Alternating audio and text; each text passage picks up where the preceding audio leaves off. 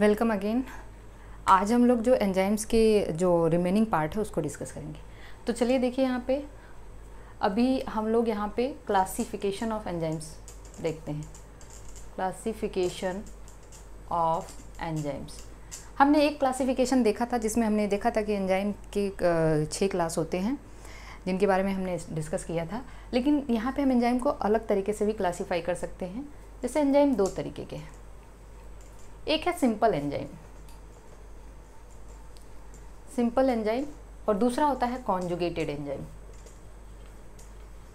Conjugated enzymes, देखिए simple enzymes किसे कहते हैं, क्योंकि एंजाइम्स प्रोटीन है। तो अगर एंजाइम्स प्रोटीन है, जैसे हम लोग बार बार कहते हैं ना simple enzyme, simple lipid, simple sugar, तो इसका मतलब ये होता है कि सिंपल एंजाइम या सिंपल लिपिड का मतलब ये है कि जो एंजाइम्स हैं, अगर एंजाइम्स प्रोटीन के बने हैं तो उनके हाइड्रोलिसिस के बाद बस और बस प्रोटीन पार्ट मिलेगा या एमिनो एसिड मिलेगा। जैसे कॉन्जुगेटेड प्रोटीन कह दिया हमने। कॉन्जुगेटेड प्रोटीन का मतलब है कि जब उस प्रोटीन को हम तोड़ेंगे तो उसमें प्रोटीन पार्ट के अलावा कुछ नॉन प्रोटीन पार्ट भी मिलेंगे। जैसे कॉन्जुगेटेड लिपिड कहा था हमने, तो कॉन्जुगेटेड लिपिड का मतलब है लिपिड को तोड़ने के बाद लिपिड पार्ट और नॉन लिपिड पार्ट दोनों मिलेंगे। जैसे फास्फोलिपिड हुआ तो उसमें फास्फेट एक नॉन लिपिड पार्ट है और लिपिड है, ठीक है। तो इसी तरीके से सिंपल एंजाइम का मतलब क्या है, hydrolysis, after hydrolysis only amino acids are obtained और we can say only protein part मिलेगा। लेकिन जो कॉन्जुगेटेड एंजाइम है इसी को हम लोग होलो एंजाइम भी कहते हैं। ये बहुत ही इम्पॉर्टेंट टर्म है होलो एंजाइम और कॉन्जुगेटेड एंजाइम, एग्ज़ाम में पूछा भी जा चुका है और ये बहुत इम्पॉर्टेंट टॉपिक भी है जो अभी पिछले साल एग्ज़ाम में यहाँ से 2 क्वेश्चन आए हुए थे। तो आप यहाँ पे देख लीजिएगा, एम्स में भी ये क्वेश्चन था और नीट में भी क्वेश्चन आया हुआ था। तो देखिए कॉन्जुगेटेड एंजाइम्स या होलो एंजाइम, ये क्या होता है, अगर इनका हाइड्रोलिसिस किया जाता है, तो हमें 2 चीज़ मिलता है। एक तो प्रोटीन पार्ट मिलेगा और दूसरा क्या मिलेगा, नॉन प्रोटीन पार्ट। जो प्रोटीन पार्ट है उसको हम लोग एपो एंजाइम कहते हैं, that is called as apo enzyme, और जो नॉन प्रोटीन पार्ट है उसको हम लोग कोफैक्टर्स कहते हैं। ये बहुत इम्पॉर्टेंट है, आप इतना याद। एपो एंजाइम्स बायोलॉजिकली इनएक्टिव होते हैं, ठीक है। और जो कोफैक्टर्स है they are required for the activity, या हम लिख सकते हैं required for the biological activity. चलिए यहाँ से हम लोगों ने 2 चीज़ समझा। जो कॉन्जुगेटेड एंजाइम है वो होलो एंजाइम भी कहलाते हैं। इनकी हाइड्रोलिसिस के बाद हमें प्रोटीन पार्ट भी मिलता है, नॉन प्रोटीन पार्ट भी मिलता है। प्रोटीन पार्ट को हम लोग एपो एंजाइम कहते हैं जो कि बायोलॉजिकली इनएक्टिव हैं, और नॉन प्रोटीन पार्ट को हम लोग कोफैक्टर कहते हैं जो कि that is required for the biological activity. अब कभी कभी क्या होता है कि आपसे पूछा जा सकता है कि कॉन्जुगेटेड एंजाइम या होलो एंजाइम क्या है, तो एपो एंजाइम प्लस कोफैक्टर। इस कोफैक्टर को हम लोग थोड़ा सा और डिटेल में देखेंगे। तो चलिए इस कोफैक्टर को हम आगे डिटेल में इसको ड्रॉ करते हैं। अब देखिए जो कोफैक्टर है, कोफैक्टर कैन बी ऑर्गेनिक, ये ऑर्गेनिक भी हो सकते हैं, ऑर्गेनिक कोफैक्टर, और ये इनऑर्गेनिक कोफैक्टर भी हो सकते हैं। ये ऑर्गेनिक कोफैक्टर हैं तो ये 2 हो सकते हैं, एक prosthetic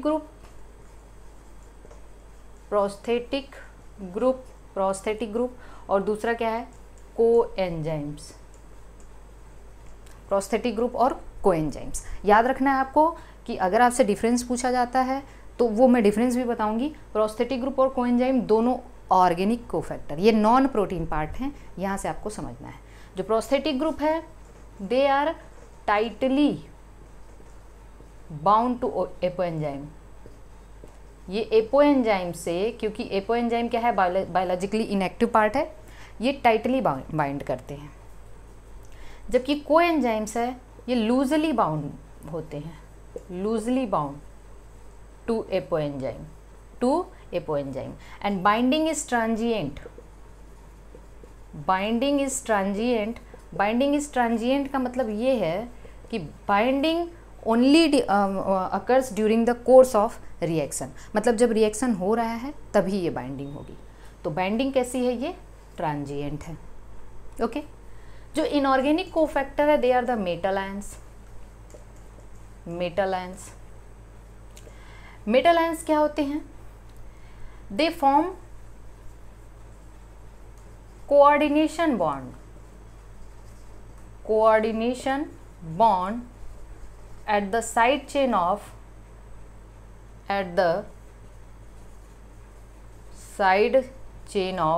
active site, and at the same time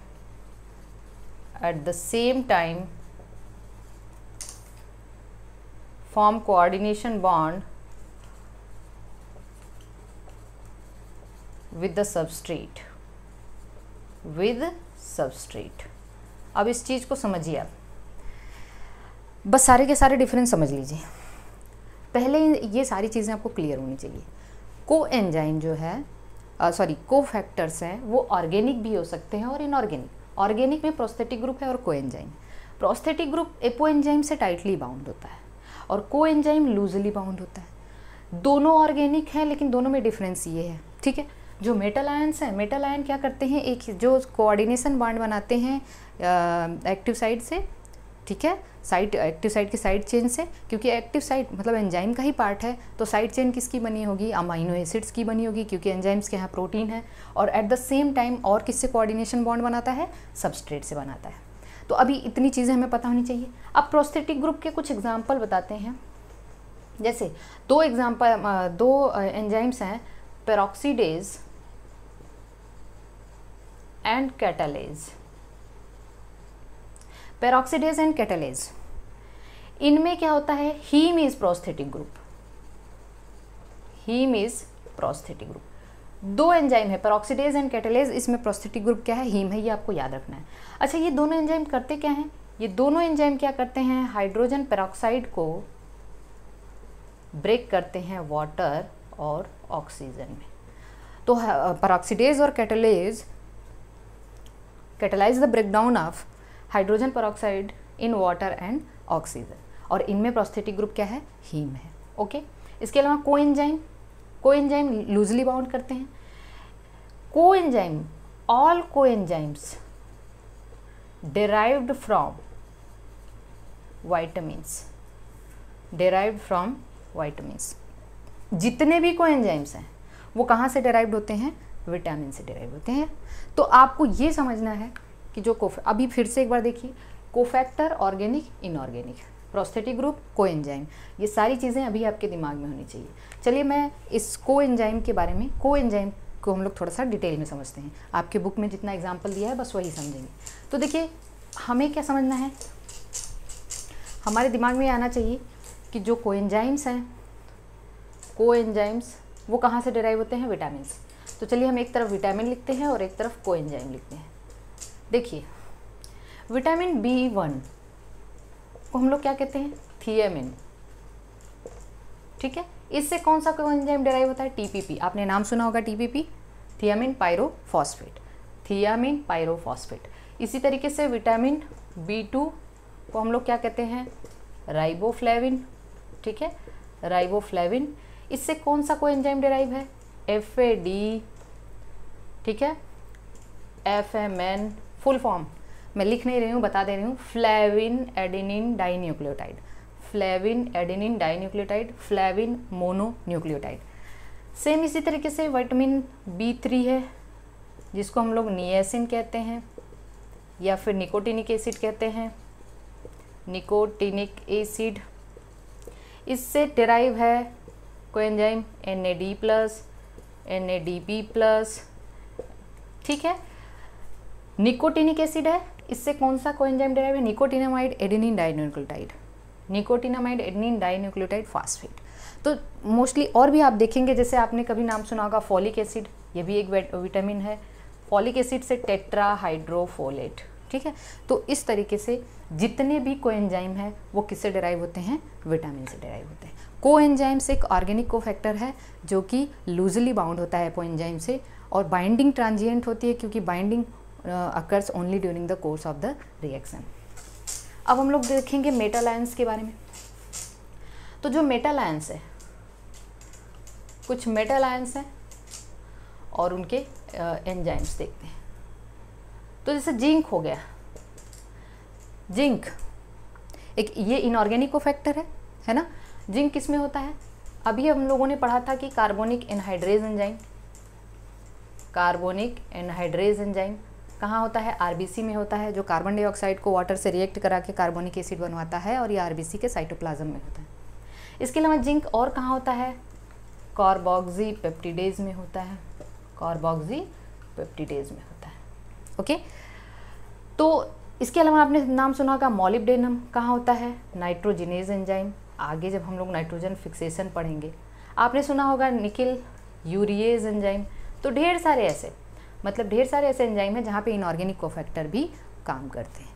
तो इस तरीके से हम लोगों ने इस एंजाइम के क्लासिफिकेशन को समझा। आप जो नोट बनाइएगा उसे एक जगह पे लिखिएगा, ये सारी चीज़ें क्लासीफाई करके नीचे नीचे लिखते जाइएगा। तो उसमें हमने क्या बताया कि एंजाइम्स सिंपल हो सकते हैं और कॉन्जुगेटेड हो सकते हैं। कॉन्जुगेटेड में प्रोटीन पार्ट को एपो एंजाइम कहेंगे, नॉन प्रोटीन पार्ट को कोफैक्टर कहेंगे। कोफैक्टर ऑर्गेनिक हो सकता है, इनऑर्गेनिक हो सकता है। अगर ऑर्गेनिक है तो प्रोस्थेटिक ग्रुप हो सकता है और कोएंजाइम हो सकता है। प्रोस्थेटिक ग्रुप में हमने अभी आपको एग्जांपल बताया कि कैटालेज और पेरोक्सिडेज में हीम प्रोस्थेटिक ग्रुप है।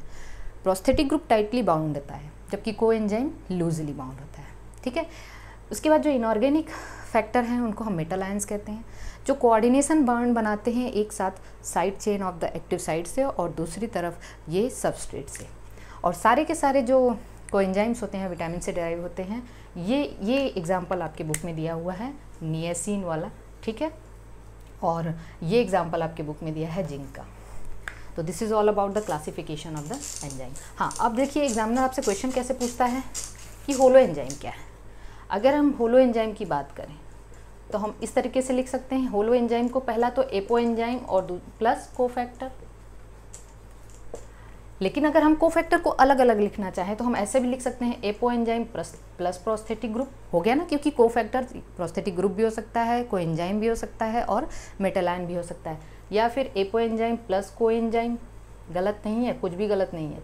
या फिर apo enzyme plus metal ions, कुछ भी हो सकता है। होलो एंजाइम में आप ये कुछ भी लिख सकते हैं। मतलब एक कोफैक्टर आना चाहिए, चाहे वो प्रोस्थेटिक ग्रुप हो, चाहे वो कोएंजाइम हो, चाहे वो मेटल आयंस हो, और सब में एपो एंजाइम होना चाहिए, क्योंकि एपो एंजाइम प्रोटीन पार्ट है। ये सब के सब क्या है? नॉन प्रोटीन पार्ट है। So this is all about the types and classification of the enzymes. Next हम लोग देखते हैं factors affecting enzymes. Factors affecting enzymes, enzymes को कौन कौन से फैक्टर अफेक्ट करते हैं? तो 3 फैक्टर है। पहला है टेम्परेचर, दूसरा है पीएच और थर्ड है concentration of substrate. Concentration of substrate. तो हम पहले टेम्परेचर को डिस्कस करते हैं। देखिए, टेम्परेचर को अगर आप इंक्रीज़ करोगे, टेम्परेचर को इंक्रीज़ करोगे तो एंजाइम क्या हो जाएगा? डीनेचर हो जाएगा। ये तो हमें पता है।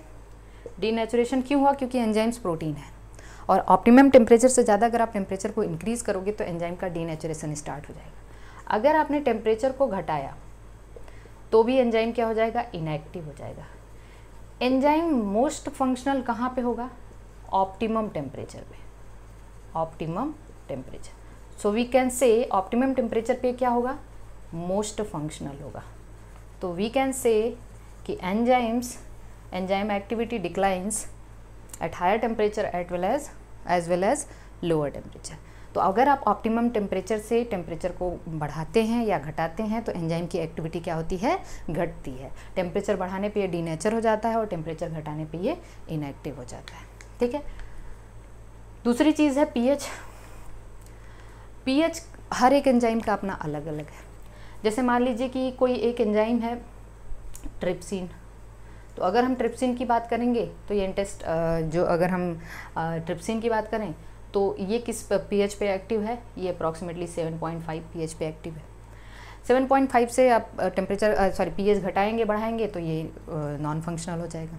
इसी तरीके से अगर आप पेप्सिन की बात करें तो पेप्सिन क्या है, ठीक है, ये स्टमक का एंजाइम है, और अगर आप यहाँ पे ये किस पे फंक्शनल है, 1.8 पे, इससे घटाएंगे बढ़ाएंगे तो हर एक एंजाइम का अपना एक ऑप्टिमम पीएच होता है। तो इस तरीके से हम लोग क्या करते हैं कि अगर हम टेम्परेचर और पीएच का ग्राफ देखें तो दोनों एक जैसा है। एक्स एक्सिस पे हम लोग टेम्परेचर या पीएच रख देते हैं और वाई एक्सिस पे हम लोग एंजाइमेटिक एक्शन रख देते हैं, ठीक है। तो हमारा जो ग्राफ आएगा वो क्या आएगा, बेल शेप्ड आएगा। This will be the optimum temperature and optimum pH, जहाँ पे एंजाइम मोस्टली जो होगा फंक्शनल होगा, ठीक है।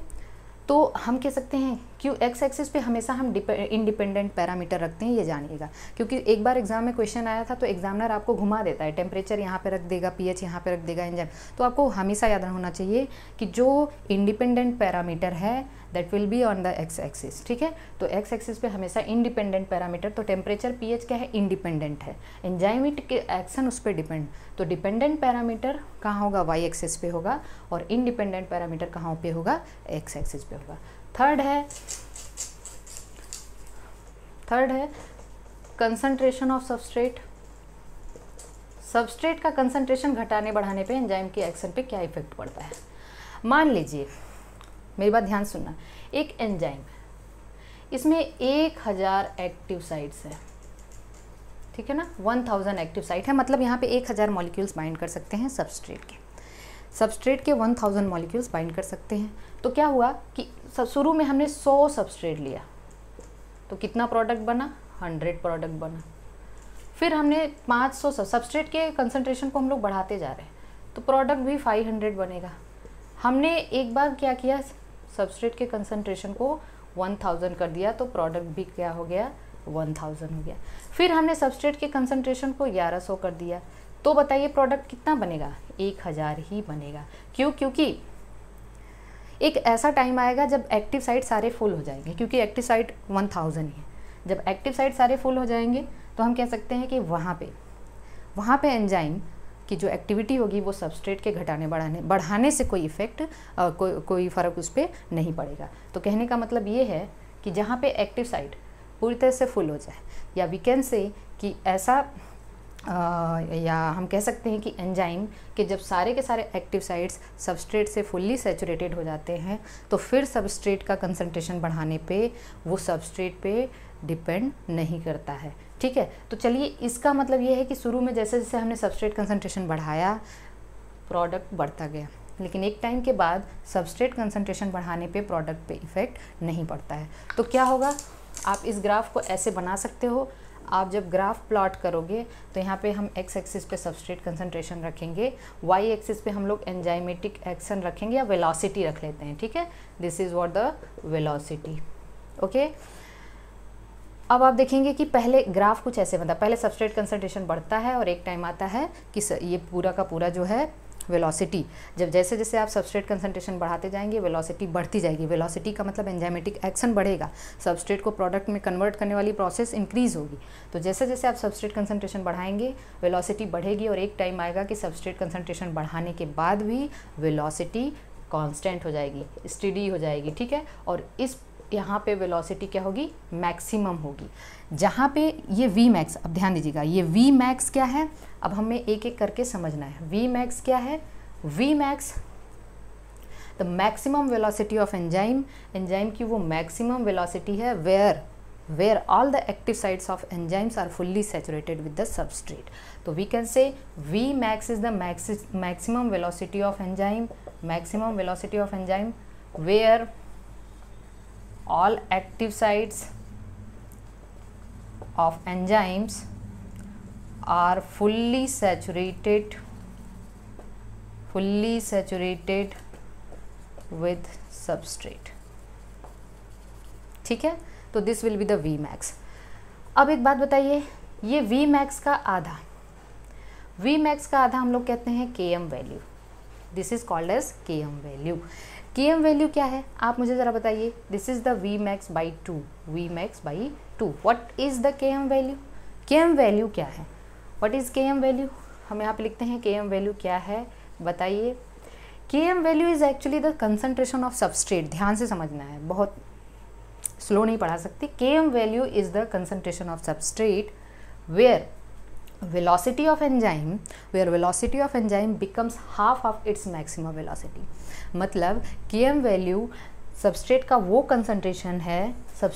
कंसंट्रेशन है जहाँ पे एंजाइम की वेलोसिटी मैक्सिमम वेलोसिटी की हाफ हो जाती है। कभी कभी आपसे एग्जामिनर ऐसे क्वेश्चन कर देता है कि Km वैल्यू घटाने बढ़ाने पे क्या इफ़ेक्ट पड़ेगा। अगर Km वैल्यू कम है तो एंजाइम की सबस्ट्रेट से एफिनिटी ज़्यादा है कि कम है, बताइए मुझे। Lower the K M value, देखिए lower the K M value, K M value अगर कम है तो एंजाइम की सबस्ट्रेट से एफिनिटी ज़्यादा होगी, क्योंकि अगर के एम वैल्यू कम है मतलब सबस्ट्रेट कम है ना। अगर सबस्ट्रेट कम है तो एक्टिव साइट ज़्यादा बचे हुए हैं, तो एंजाइम की सबस्ट्रेट से एफिनिटी क्या होगी, ज़्यादा होगी। तो lower the K M value higher will be the affinity, higher will be affinity between enzyme, affinity of enzyme with substrate। तो this is all about this substrate concentration। तो effect of substrate concentration का मतलब ये हुआ कि अगर हमने substrate concentration को बढ़ाया तो एक टाइम एंजाइम की वेलोसिटी बढ़ेगी या एंजाइम की एक्टिविटी बढ़ेगी, और एक टाइम ऐसा आएगा जब सारे के सारे एक्टिव साइट फुल्ली सैचुरेटेड हो जाएंगे सबस्ट्रेट से, तो वहाँ पे सबस्ट्रेट कंसंट्रेशन बढ़ाने पे वेलोसिटी पे कोई इफ़ेक्ट नहीं पड़ेगा, और इसको हम कहते हैं वी मैक्स।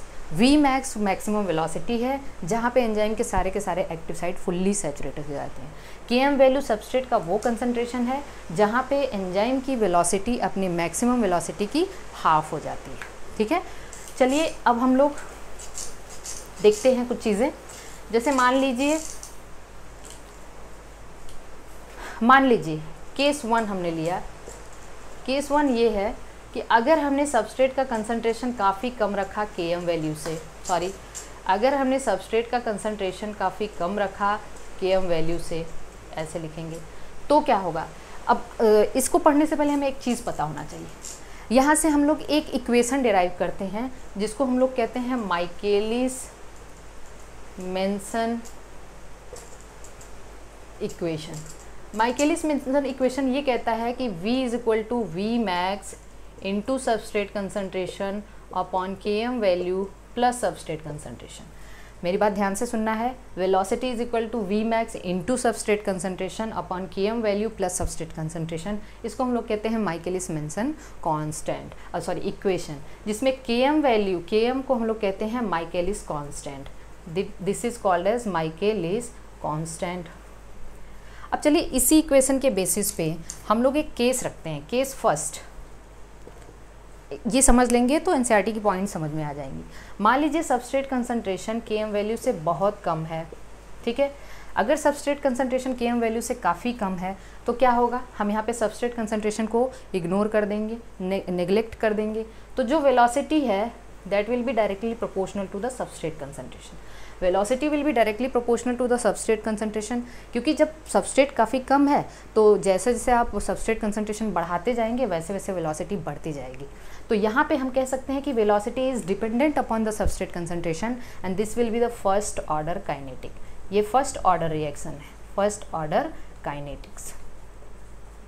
अगर सबस्ट्रेट कंसंट्रेशन पे वेलोसिटी डिपेंड करेगा, मतलब क्योंकि सबस्ट्रेट काफ़ी कम है तो जैसे जैसे सबस्ट्रेट कंसंट्रेशन बढ़ाएंगे वेलोसिटी बढ़ती जाएगी। On the other hand case second हम लोग लेते हैं।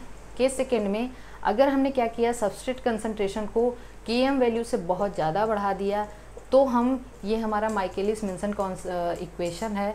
माइकेलिस मेंसन इक्वेशन में आप इसको रख के देखेंगे कि यहाँ पे के एम वैल्यू से बहुत ज़्यादा है सबस्ट्रेट कंसंट्रेशन, तो के एम वैल्यू को हम लोग नेग्लेक्ट कर देंगे।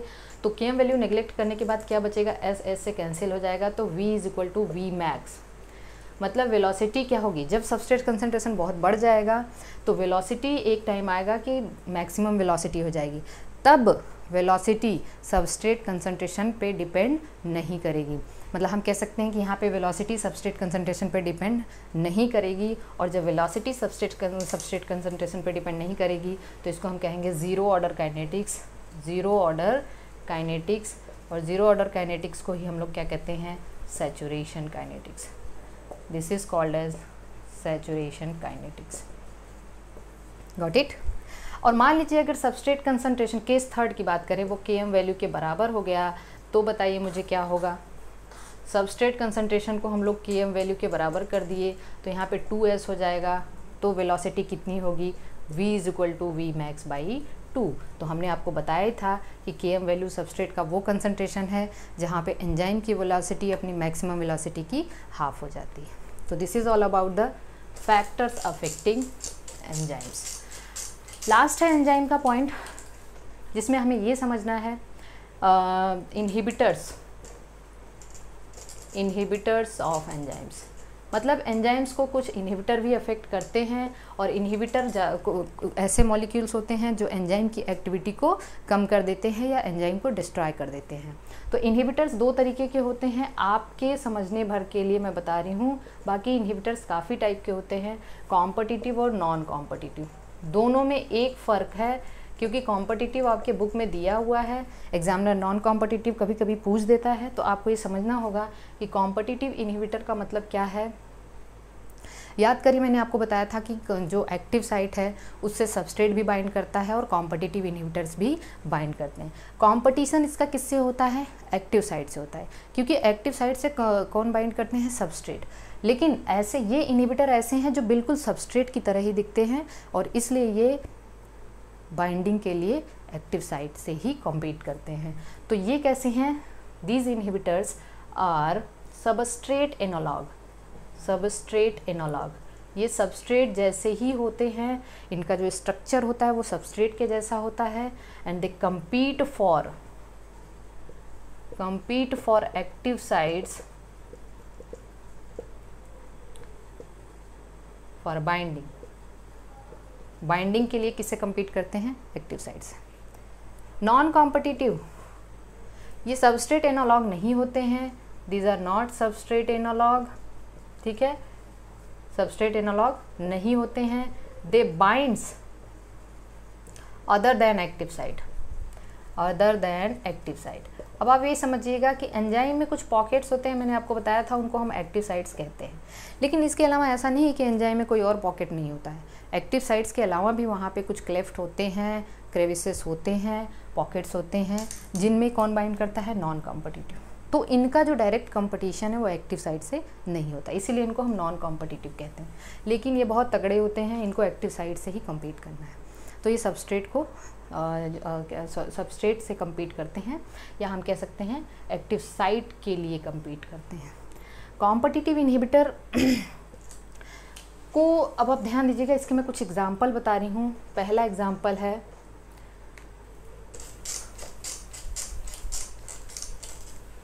Succinate dehydrogenase. मेरी बात ध्यान से समझना है। Succinate dehydrogen, inhibitor of succinate dehydrogenase, या मैं यहाँ पे लिख रही हूँ example first, inhibition of succinate dehydrogenase. Inhibition of succinate dehydrogenase मतलब सक्सीनेट डिहाइड्रोजिनेज का इनहिबिशन कैसे होता है। सक्सीनेट डिहाइड्रोजिनेज एक एंजाइम है, कहाँ का एंजाइम है पहले हम लोग ये जान लेते हैं। ये क्रेब्स साइकिल का एंजाइम है, और क्रेब्स साइकिल के सारे एंजाइम्स, मेरी बात ध्यान से सुनें, क्रेब्स साइकिल के सारे एंजाइम्स कहाँ होते हैं, माइटोकॉन्ड्रियल मैट्रिक्स में होते हैं। This is the only enzyme जो कहाँ पाया जाता है, इनर माइटोकॉन्ड्रियल मेम्ब्रेन में। और यही कॉम्प्लेक्स सेकेंड बनाता है जब आप इलेक्ट्रॉन ट्रांसपोर्ट चेन पढ़ोगे तो, complex second in electron transport chain, ठीक है। हम लोग इसको जब इलेक्ट्रॉन ट्रांसपोर्ट चेन पढ़ेंगे तो वहाँ पे डिस्कस करेंगे। तो सक्सीनेट डिहाइड्रोजिनेज याद रखना है आपको कि this is the enzyme of the Krebs cycle, and this is the only enzyme of Krebs cycle which is present in inner mitochondrial membrane. अब हम लोग देखते हैं कि ये करता क्या है। सक्सीनेट डिहाइड्रोजिनेज क्या करता है, सक्सिनिक एसिड को सक्सिनेट डिहाइड्रोजिनेज एंजाइम किस में चेंज करता है? फ्यूमरिक एसिड में। हाँ शायद यही है ना, फ्यूमरिक एसिड। हाँ, सक्सिनिक एसिड को ये फ्यूमरिक एसिड में कन्वर्ट करता है। अब इसको समझने के लिए मैं थोड़ा सा आपको स्ट्रक्चर बता देती हूँ। शायद सक्सिनिक एसिड का स्ट्रक्चर कुछ इस तरीके से है, CH2 COOH, और फ्यूमरिक एसिड का स्ट्रक्चर ये है, ठीक है। अब देखिए सक्सिनेट डिहाइड्रोजिनेज सक्सिनिक एसिड को फ्यूमरिक एसिड में कन्वर्ट करता है, लेकिन इसका इनहिबिटर कौन है? इसका इनहिबिटर है मैलोनेट या मैलोनिक एसिड। मैलोनिक एसिड, पता है मैलोनिक एसिड क्या करता है? सक्सिनिक एसिड का कॉम्पिटिटर है, और ये सक्सिनिक एसिड को नहीं बाइंड करने देता है, वो खुद बाइंड कर जाता है सक्सिनेट डिहाइड्रोजिनेज से, जिससे प्रोडक्ट नहीं बनने पाता। ये प्रोडक्ट है, ये सबस्ट्रेट है, और ये क्या है? इनहिबिटर है। मैलोनिक एसिड का स्ट्रक्चर भी ये है, आप समझ जाएंगे कि ये है मैलोनिक एसिड का स्ट्रक्चर, शायद COOH। आप देखिए सक्सिनिक एसिड और मैलोनिक एसिड में ज़्यादा फर्क नहीं है, सक्सिनिक एसिड ये है और मैलोनिक एसिड ये है। तो हम कह सकते हैं कि जो ये एक दूसरे के स्ट्रक्चरल एनालॉग होते हैं, बिल्कुल स्ट्रक्चर में सेम होते हैं, इसको भ्रमित करने के लिए, ठीक है। तो ये क्या होता है कि सक्सिनिक एसिड को बाइंड नहीं करने देता है, खुद बाइंड कर जाता है इस एंजाइम के एक्टिव साइट से, और वो प्रोडक्ट नहीं बनने देता है। और क्योंकि ये एक्टिव साइट से कम्पीट कर रहा है, इसलिए कॉम्पिटिटिव इनहिबिटर है, ठीक है। एक चीज़ आप हमेशा याद रखना, कॉम्पिटिटिव इनहिबिशन को रोका जा सकता है। कैसे रोका जा सकता है? कॉम्पिटिटिव इनहिबिशन होने से रोका जा सकता है आप अगर सबस्ट्रेट कंसंट्रेशन को बढ़ा दें। अगर आप सबस्ट्रेट कंसंट्रेशन को बढ़ा सकते हैं तो वहाँ पे कॉम्पिटिटिव इनहिबिशन रुक जाएगा, क्योंकि तब सबस्ट्रेट बहुत ज़्यादा हो जाएगा, ठीक है। अगर सबस्ट्रेट के मॉलिक्यूल्स, मान लीजिए इनहिबिटर के मॉलिक्यूल 10 हैं और सबस्ट्रेट का मॉलिक्यूल 100 है, जब आपने सबस्ट्रेट कंसंट्रेशन काफ़ी बढ़ा दिया तो सबस्ट्रेट इनहिबिटर को वहाँ से रिमूव कर देगा, जिसकी वजह से क्या होगा? ये कॉम्पिटिशन होने से रुक जाएगा, ये इनहिबिशन होने से रुक जाएगा। So we can say competitive inhibition can be overcome by increasing the concentration of substrate. तो ये चीज़ें आपको पता होनी चाहिए। जैसे कि मैं एक बहुत इसका सस्ता एग्जाम्पल आपको बता रही हूँ, और अच्छा सा एग्जाम्पल, आपने कभी नाम सुना है मेथनॉल पॉइजनिंग? मेथनॉल पॉइजनिंग मतलब कभी कभी जहरीली शराब पीने से लोगों की मौत हो जाती है। तो मेथनॉल पॉइजनिंग क्या है? मेथनॉल पॉइजनिंग में क्या होता है कि जो अल्कोहल लिया जाता है, जो जनरल अल्कोहल होता है, जो लोग लेते हैं, वो क्या होता है? C2H5OH होता है। C2H5OH ये एथिल अल्कोहल है। इसको अल्कोहल डिहाइड्रोजिनेज एंजाइम की प्रेजेंस में किस में कन्वर्ट किया जाता है? CH3CHO, मतलब ये एस्टल्डिहाइड में कन्वर्ट होता है। एस्टल्डिहाइड में कन्वर्ट होता है हमारी बॉडी में। तो हमारी बॉडी में एथिल अल्कोहल डिहाइड्रोजिनेज एंजाइम की प्रेजेंस में किस में कन्वर्ट होता है? एस्टल्डिहाइड में। लेकिन अगर गलती से एथिल अल्कोहल ना हो, मेथिल अल्कोहल आ गया, तो ये भी इसके जैसा ही है और सेम एंजाइम को यूज़ करेगा, उस एंजाइम के एक्टिव साइट से बाइंड करेगा, इनहिबिटर की तरह काम करेगा, और वहाँ पे प्रोडक्ट दूसरा बनने लग जाएगा। वो प्रोडक्ट क्या होगा? फॉर्मल्डिहाइड। जब फॉर्मल्डिहाइड बनेगा तो वो काफ़ी टॉक्सिक है। प्रोडक्ट अगर टॉक्सिक होगा तो आदमी बीमार पड़ेगा, ठीक है। तो कभी कभी मौत भी हो जाती है। तो करना क्या है? हमने अभी बताया कि इस इनहिबिशन को रोका जा सकता है। कैसे रोका जा सकता है? सबस्ट्रेट के कंसंट्रेशन को इंक्रीज़ करके। अगर पता चल चुका है कि चलो ये इसने जहरीली शराब पी है, तो आप वहाँ पे उसको दोबारा से एथिल अल्कोहल पिला सकते हैं, ठीक है। तो ये देखिए क्या है? Methanol poisoning. लास्ट है आपके बुक में सल्फा ड्रग। बहुत छोटी सी पॉइंट दी है बच्चे, मतलब सल्फा ड्रग भी एक कॉम्पिटिटिव इनहिबिटर का एग्जाम्पल है। तो सल्फा ड्रग क्या है? पहले देखिए, sulfa drugs are inhibitors of para amino benzoic acid. समझाने के लिए मैं आपको बता दे रही हूँ। पहले पैरा अमाइनो बेंजोइक एसिड क्या होता है ये हमें समझना है। देखिए, अगर हम केमिस्ट्री आप पढ़ते होंगे, para amino benzoic acid para position पे अमाइनो बना देंगे और this is what the COOH, ये हो गया para amino benzoic acid. Para amino benzoic acid का जो भी एंजाइम हो उसकी प्रेजेंस में ये बनाता है फोलिक एसिड, ठीक है। और फोलिक एसिड आगे चल के बनाता है प्यूरिन एंड पिरिमिडीन। प्यूरिन और पिरिमिडीन आगे चल के बनाता है न्यूक्लियोटाइड्स, और न्यूक्लियोटाइड्स आगे चल के बनाएगा न्यूक्लिक एसिड। न्यूक्लिक एसिड मतलब डीएनए और आरएनए, डीएनए और आरएनए। चलिए ध्यान से समझना है, ये क्या है, para amino benzoic acid. This is the para amino benzoic acid. होता क्या है, सल्फा ड्रग, एक सल्फा ड्रग ट्रेजरी, सल्फेनिल अमाइड इसका नाम होता है, सल्फेनिल अमाइड। एक ट्रेजेडी भी हुई थी 1937 में, सल्फा ड्रग ट्रेजेडी हुई थी। जैसे अभी बहुत सारी गैसेस का लीक होता है, उसी तरीके से सल्फेनिल अमाइड ट्रेजेडी भी हुई थी। ये एक बैक्टीरिसाइडल है। तो हम लोग यहाँ पे देखेंगे सल्फा ड्रग में सल्फेनिल अमाइड का स्ट्रक्चर कुछ ऐसे होता है। मान लीजिए मैं जगह कम है, ऐसे बना देंगे, सेम ऐसे पैरा पोजीशन पे NH2 है, दिस इज द सल्फेनिल अमाइड, यहाँ पे भी NH2। ये सल्फेनिल अमाइड या सल्फा ड्रग है, बिल्कुल किसके जैसा है, पाबा मतलब पैरा अमाइनो बेंजोइक एसिड। ये इसको रिप्लेस करके ये खुद इस एंजाइम से बाइंड कर जाता है। जब ये खुद इस एंजाइम से बाइंड करेगा तो ये प्रोडक्ट नहीं बन पाएगा। जब ये प्रोडक्ट नहीं बन पाएगा तो जो भी ऑर्गेनिज्म होगा उसकी डेथ हो जाएगी। तो कहने का मतलब sulfa drugs are used to control bacterial pathogen, bacterial pathogen मतलब बैक्टीरियल पैथोजेंस को रोकने के लिए, कंट्रोल करने के लिए क्या यूज़ किया जाता है, सल्फा ड्रग्स। तो ये भी कॉम्पिटिटिव इनहिबिशन का एग्जाम्पल है। सल्फा ड्रग्स बिल्कुल किसके जैसा है, पैरा अमाइनो, मतलब ये पैरा अमाइनो बेंजोइक एसिड से compete करता है सेम एंजाइम के लिए। तो इस तरीके से कॉम्पिटिटिव इनहिबिशन जो होता है वो एक्टिव साइट्स के लिए होता है। एक्टिव साइट के से सबस्ट्रेट भी बाइंड करना चाहता है और इनहिबिटर भी बाइंड। तो आज के लेक्चर में हमने 3 बहुत ही इंपॉर्टेंट चीज़ें बताई हैं। पहला है क्लासिफिकेशन, वहाँ से क्वेश्चन जरूर आते हैं, इनहिबिशन से भी क्वेश्चन आता है और फैक्टर्स अफेक्टिंग एंजाइम से भी क्वेश्चन आता है। ये बहुत ही अच्छे से आप लोग पढ़ लीजिएगा। आगे एक छोटा सा वीडियो होगा जिसमें मैं NCERT के टेबल्स और सेकेंडरी मेटाबोलाइट को डिस्कस करूँगी। Thank you so much.